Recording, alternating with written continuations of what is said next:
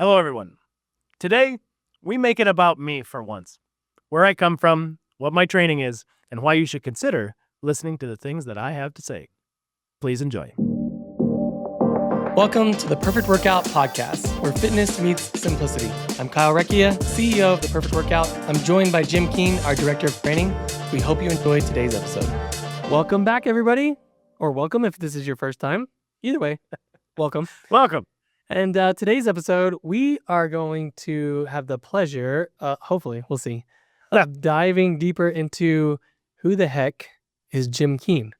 So the reason we're talking about this, other than the fact that he might be the most interesting man in the world, I don't know what you're talking about. is because we did a prior episode, as you all know, with myself and Jane Riley on who the heck is this guy, Kyle Recchia.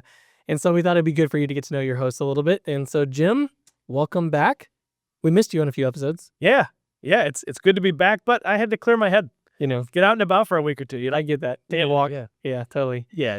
So I don't even know where to start other than why don't you just tell us who the heck you are? Where'd you come from? What's your background? Why are you in fitness? Why are you the way that you are? Yeah, well, that's a longer episode, but regarding fitness, I guess the main question, maybe it's been 20-something episodes, maybe by this point 30, depending on when this gets released, but basically the audience listening to this, they might say, well, this is good information so far as it goes, but why should we be listening to you? Who are you?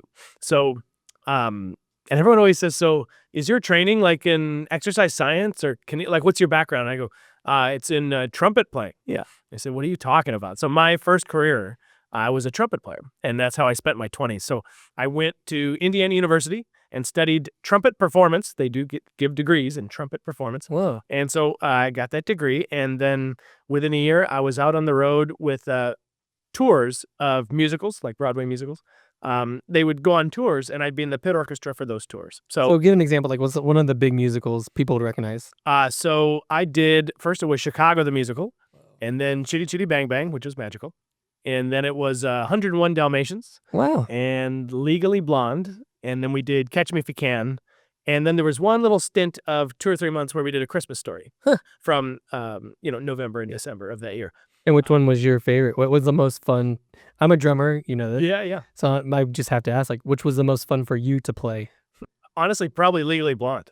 Really? Yeah, it's rock and roll, and it's a little bit of reggae, it's swing, it's just kind of pop, Broadway type stuff, but at a lot of different styles, and the trumpet book is a lot of higher, faster, louder, fun trumpet stuff. But, of course, I did 242 shows of, oh my God, you guys, Ellen Monica. So it haunts my dreams still to this day. But it was a great way to spend my 20s, and how it ended up was that I was on the road, and I was basically working 3 hours per day.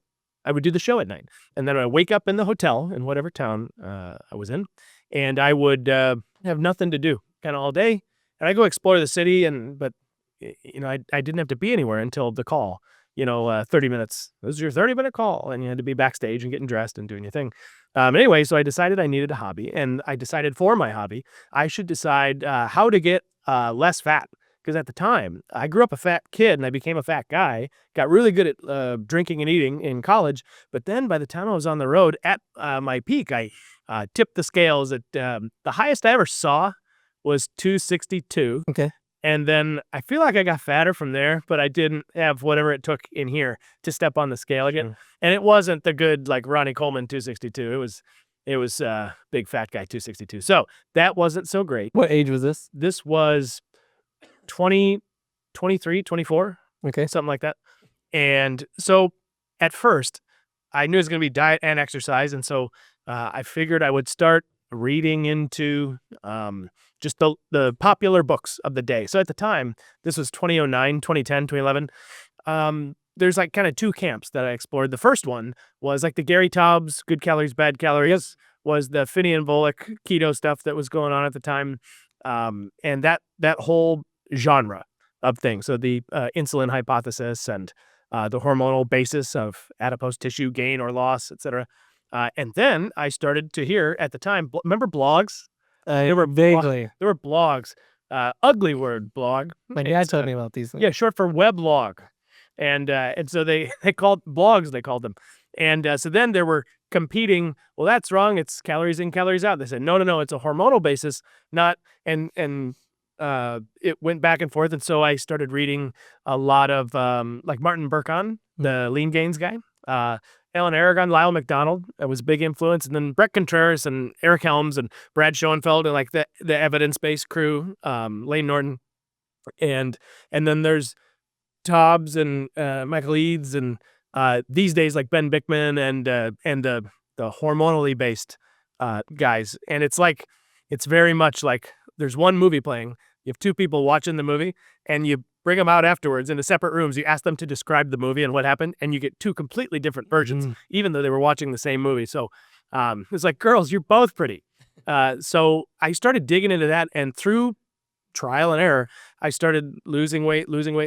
And then I was in a Barnes & Noble. This is a true story, out in Vernon Hills, my hometown. And I was in a Barnes & Noble, and I saw a book by Ellington Darden called The New High Intensity Training. And I think it had been published in 2007, maybe 2008. And it was incredible. It was about high intensity training, not the interval training that we know about today, high intensity training, very intense, very brief, and very infrequent. And he told stories about this guy named Arthur Jones.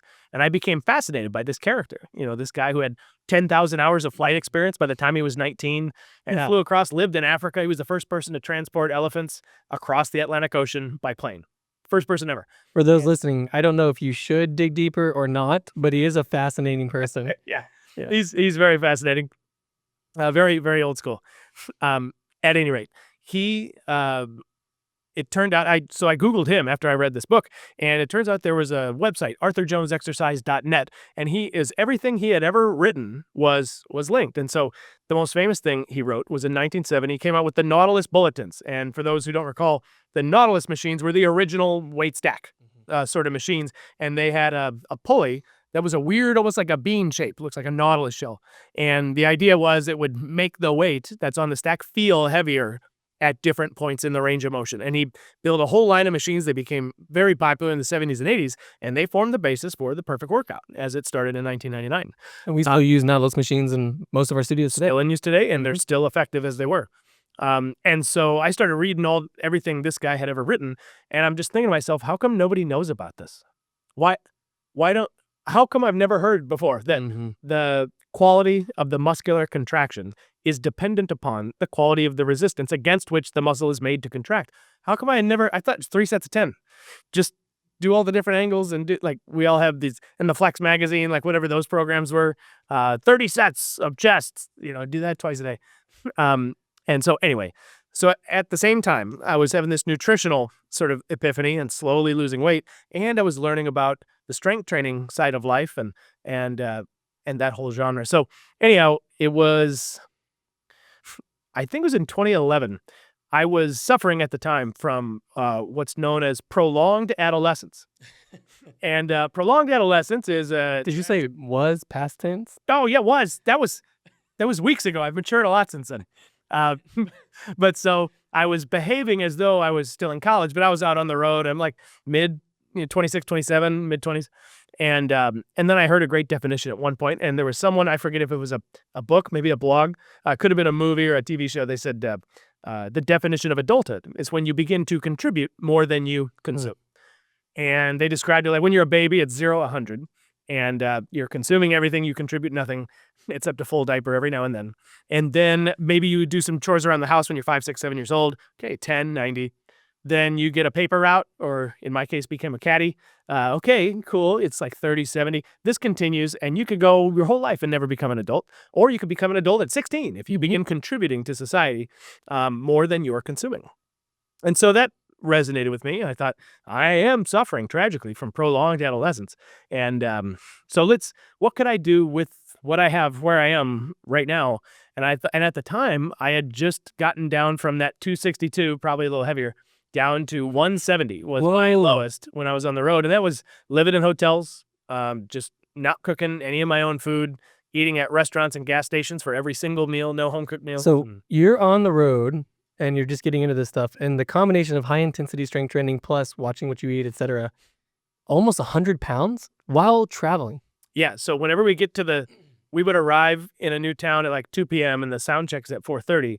And I would remember taxi cabs? So I would get taxi cabs, and I would go find whatever the closest gym was and purchase a day pass for $10 and get my workout in and figure it out, and then taxi back to the hotel, and then get on the bus. We go to sound check and then do the show that night. And so I kept doing my workouts like that. And then I figured out all the gas station, you got hard-boiled eggs, beef jerky, and some cheeses, and there's different things you can do. I'm going to lead the witness here because I happen to know of a story, but is there anything creative you did in the hotels to cook your dinner? Oh, yeah, that's pretty funny. So I learned early on, if you take the, so you're in a hotel and you want to eat well, and it's not a very good area. So what you do is you find a grocery store and you get a ribeye, and you pick up also some tinfoil and the seasoning. And so you get to the hotel room, you take the iron and you plug it in the bathroom, you put it upside down. And then you, but before you plug it in, put the tinfoil over it so it doesn't get dirty. And then you plug it in, and you have to set towels around it so it stays level. And then once it gets hot and you can kind of feel it, you season the beef, and then you can actually cook a ribeye on an iron in a hotel room. Somewhere in the world, there are multiple people going, finally, I understand why my dress shirt smells like ribeye. Yeah. After staying at this Motel 6. Yeah, I said heavy starch, but this is ridiculous. Yeah. So yeah, I have all sorts of, and I want to do ice baths. Like I got into like cold plunging and stuff, but I was living in hotels. So it turns out another trick is that instead of a little measly bucket they give you for the ice, what you do is you get all the pillowcases off all the pillows, and you carry that to the ice machine. You fill up the pillowcases full of ice, and you swing them over your shoulder like Santa Claus. And that way you get back and you can move a lot of ice at the same time and fill up the tub and get a nice plunge. Resourceful, if nothing else. Yeah. It's really funny when the cast was like, "Hey, we need ice for our drinks," and I'm like, "Back off! I'm filling up the pillowcases." Rah! So anyhow, so I kept working out, and so how am I going to contribute more than I consume? And what I decided was, well, I just lost like 90, 100 pounds ish, so I could start some sort of online business where I help people do exactly what I just did. I've learned a lot along the way, because every day I had about 8-9 hours where I would just be watching YouTube videos and reading blogs and reading books. And I would order books from Amazon to be delivered to the address of the hotel at which I was going to be in a week. I call them, have them hold it for me. So when we checked in, so I think you got a package for me. They go, "Yep, here's cellular metabolism," or here's, this, that, or the other. So I cool, I got my book. And so I would read these books. I also had a Kindle I got later, because it had to stay under 50 pounds. So the Kindle was solid in its clutch. And so anyway, so I started a business, an LLC, where I would be on, email correspondence, but then Skype calls at the time, today Zoom. But I was on video calls with clients, and then I would go play the show at night. And so I was helping people. So I felt like I was contributing a little bit more. This is cool. And then I saw a grainy video, I want to say 2009, 2010-ish, of the first prototype of what would become the FastFit machines. Oh, wow. And it was, imagine a forklift, but the forks have pads on them. It's moving up and down. And some poor guy was underneath there, and it was doing a squat, and it would force him down. Oh, man. And then there's a little LED readout, not a graph, not a computer, just a little LED readout of how many pounds he was producing. And then on the way up, he was trying to go fast, and then it would resist and restrict his speed. And so this is what I just read about. This is what the Nautilus machines were doing too. They're varying the resistance. But wait a minute. Even the Nautilus machines, they vary the resistance from different joint angles, but not positive, negative, and not from the beginning to the end of the set. Man, so this solves all the problems. And so I got very enthused about that. In 2011, in January, I was in San Antonio on tour, and I had seen these machines were in Austin. So I contacted the guy I'd seen in the videos, said, "Hey, can I come try these machines?" "Yeah, come on down." And I tried it. It felt exactly like I was hoping it would feel, blew my mind. And I made a plan right around then to be part of this somehow. And so I got so enthused. So I had my fat loss coaching online, and then I was really into this technology, and I ended up in March of 2013, I gave the call to my my boss and said, "This is going to be the last one. When the contract's up in July, that's it." Now I'm from Chicago, so I got off the road and I moved back to Chicago, and I bought one of the first prototypes of the ARX machines, the Omni, kind of the home version. And so I had this crappy little 1-bedroom apartment in Chicago, 2 blocks north of Wrigley Field, And I was going to help people, by God. So I had the nutritional thing, and that was kind of paying the rent while I started this thing up. But I basically had a 1-bedroom apartment. It wasn't basement. It was a garden apartment. So you stood up and you're at sidewalk level. And so it was a card table and then this machine and then my bedroom and the kitchen. That checks out. Yeah. And it was awesome. It was awesome. I hung a shingle out, $20 cash to come work out on my robot. And so I started giving workouts. It's very, very rudimentary, but I knew all the principles underneath what I wanted to have happen because I had spent hundreds and hundreds and hundreds of hours just in whatever hotel room, just learning more and finding and being curious about more stuff. And so I was helping people lose a lot of weight. And then I ended up training people in person. And then the guy from whom I had bought the machine, Mark Alexander, founder of ARX, I said, hey, this software is no good. It doesn't show my clients what they need to see. And this hip belt, it's really uncomfortable. It's like for draft horses or something.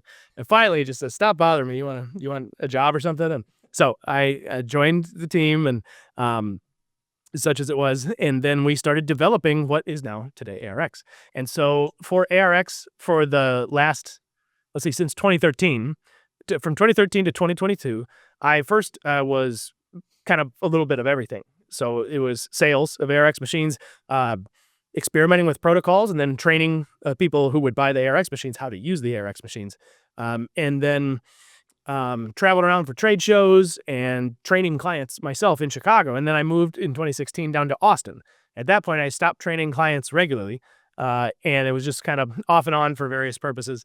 And then so I've been using these machines since 2013. And but I've been learning about all this stuff and kind of, it's not quite self-educated. I'd say it's self-directed education. And then just drilling really deep into whatever the topic is. This is how you and I met, 2018? I think it was 17. On YouTube. And it's great because I saw on your thing, the perfect workout. I said, oh, you're with the perfect workout. Cool. You guys do the super slow. Check this out. I want to do like the ARX version of super slow. Yep. And we did leg press, chest press, row. Or hyper reps. Right. Yeah. Just straight through for 2 minutes. And then I strategically filmed you right after you had finished your third one. And you had a good case of the post-workout delirium. That's right. But yeah, so that's how we met. And that's where we connected. And then if you remember 2019 in September, you guys came down, so the Perfect Workout team came down because there was this idea. We're going to take the ARX machines and put them within the Perfect Workout for a pilot location. And we did that, and it was a weekend in September where it came down to Austin. And then I said, here's how I think it could work. And I gave them a nice little PowerPoint presentation. And I said, here's how it works, and here's how it could upgrade the Perfect Workout. And it was so compelling that they said, you got to come out in November. We'll get two machines in a room. And what we're going to do is you need to stay here for a week. I said, so you need to come, all of our members in this region, we're going to have you give them their first ARX experience. So that went great. And then the world exploded in 2020. So the whole thing had to sort of be put on hold. But then fortuitously at the end of 2022, it became mutually beneficial for me to join the team. And so Kyle, you said, hey, we're going to be doing this, the machines and we decided we're going to step on the gas on that. And so we need you to come on and figure out how to, help that work. So, so then I joined the team January 2023 and have been with the Perfect Workout 2.5 years now. So yeah, time flies. Yeah, it does. Yeah, I was on a train because that Christmas I had decided I was going to take an Amtrak from Austin to Chicago. It was like flying is... I want to take a train. I want to see the world go by. So we got the sleeper car and the whole thing. I remember I was on that train while, hey, Kyle, yeah, well, what do you think about this? All right. Yeah, you're hired. Okay, cool. Yeah, we'll talk. And so, but that was kind of the path.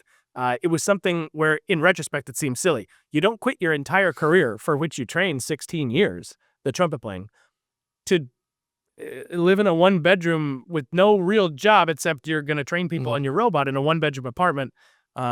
It doesn't make a lot of sense, but I just knew I needed to contribute more than I was consuming. And I also knew that with everything I had just learned about how strength training works and how exercise works and the benefits it can have, of which people are not really aware, all the things we talk about in all these podcasts, people, they don't understand that they couldn't explain it to you if you asked them, because they haven't been made aware. So all of that. I can help people that much. Wow. And then it was like the ARX thing. Wow. If I sell an ARX machine to someone and they get clients, now I'm indirectly helping even a greater number of people.